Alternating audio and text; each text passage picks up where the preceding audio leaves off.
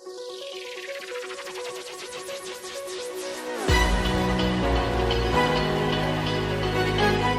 บกับเกดนะคะในช่วง Index Inspire ค่ะที่เราจะมาอัปเดตไอเทมใหม่ๆที่ไม่อยากให้คุณพลาดก่อนออกไปช้อปปิ้งนะคะพูดถึงเรื่องของการแต่งบ้านหรือว่าแต่งห้องเนี่ยเกดเชื่อว่าหลายๆคนเนี่ยอาจจะมีก่ายหน้าผากกันเลยทีเดียวเพราะว่าไม่รู้ว่าจะซื้ออะไรดีซื้อมาแล้วมันจะเหมาะไหมมันจะเข้ากับห้องของเราไหมนะคะซึ่งวันนี้นะคะเกดมีเทรนด์จะมาแนะนำนะคะนั่นก็คือ Pastel Pop Color ค่ะเป็นเทรนด์ใหม่นะคะเป็นอีกหนึ่งไอเดียสำหรับใครที่กำลังเบื่อของใช้ที่มันเป็นสีโมโนโทนแบบเดิมๆนั่นเองค่ะอย่างแรกเลยนะคะคือโคมไฟค่ะต้องมีแน่นอนนะคะแต่ว่าเราจะเลือกที่ออกแนวเป็นแนว geometric ก็ได้จะออกเป็นแนวเส้นๆก็ได้นะคะหรือว่าจะเป็นสีเรียบๆเป็นพาสเทลสีสดใสก็ได้แต่ว่าอันนี้ค่ะเขากำลังฮิตนะคะเป็นโคมไฟแนวใสๆแบบนี้ก็ได้เหมือนกันนะคะเอามาวางไว้ในห้องนะคะรับรองค่ะว่าลงตัวแล้วก็จะทำให้โทนลุคของห้องเนี่ยดูซอฟต์ลงดูละมุนขึ้นด้วยค่ะคราวนี้ค่ะเราไปต่อกันที่อีกหนึ่งแอเรียที่ใหญ่ที่สุดในห้องนอนนั่นก็คือเตียงนอนนั่นเองค่ะเพราะฉะนั้นนะคะการเลือกเซตผ้าปูที่นอนเราสามารถเลือกลายผ้าที่มันมีลวดลายเป็นแนว geometric เป็นลายสามเหลี่ยมก็ได้นะคะเพราะว่ามันจะช่วยเปลี่ยน mood and tone บรรยากาศของห้องนอนได้เป็นอย่างดีเลยค่ะแต่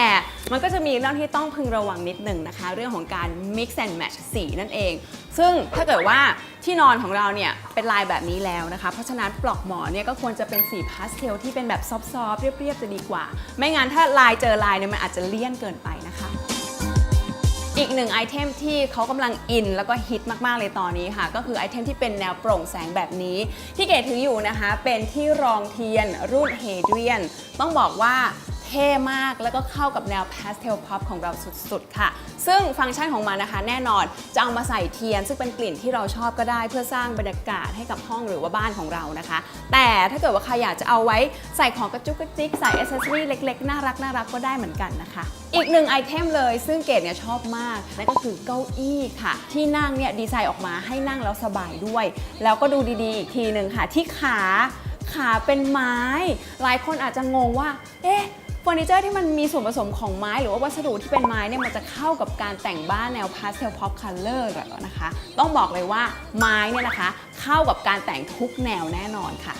ส่วนใครที่ดูอยู่นะคะแล้วก็รู้สึกว่าเอ๊ะที่บ้านไม่มีเฟอร์นิเจอร์แนวไม้เลยทำยังไงดีไม่ต้องห่วงนะคะเรามีอีกหนึ่งไอเทมเก๋ๆนะคะซึ่งทำมาจากไม้ค่ะก็คือกล่องใบนี้นั่นเองไม่ใช่กล่องธรรมดาเลยนะคะเป็นกล่องที่ใส่ของเหมาะสำหรับสาวๆมากๆนะคะแต่ว่าที่พิเศษเลยก็คือนี่ค่ะมันเป็นกระจกได้ด้วยเสียบเข้าไปเราก็สามารถเอามาใช้งานได้เลยนะคะส่องกระจกแต่งหน้าเช็ด